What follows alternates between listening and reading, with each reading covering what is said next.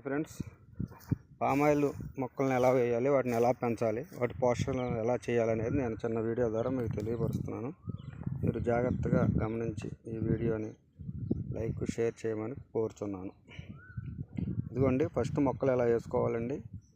మే నెల వేసుకోకుండా కొంచెం వర్షాలు స్టార్ట్ అయిన తర్వాత వేసుకుని ఈ మొక్కల్ని ఇలా కాలువల్లాగా చేసుకుని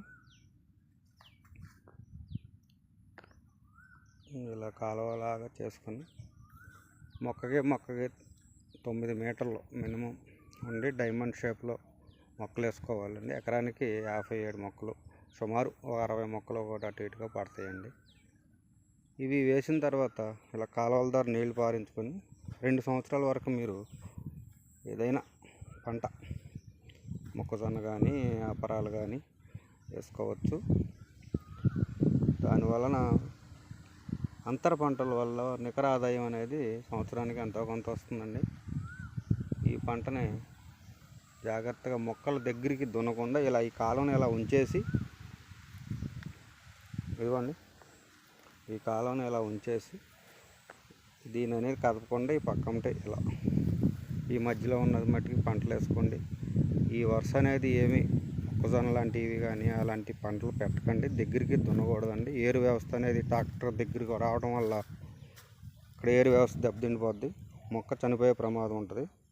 కావున ఇలా ఈ కాలువ అనేది ఇలా ఉంచేసి ఈ మధ్యలో ఈ మొక్కకి ఈ మధ్యలో ఇలాగా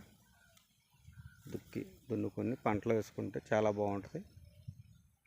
మీరు ఈ విధంగా చేసుకోవడం వల్ల మొక్కలు 3 సంవత్సరాలకే చాలా బాగా పెరుగుతాయండి. లేకపోతే మొక్కలు చనిపోయే ప్రమాదం ఉంది. గడ్డి మందు కూడా ఎక్కువగా యూజ్ చేయమాకండి. ఆ గడ్డి మందు వల్ల కూడా మొక్కల మీద ప్రభావం పడుతుందండి.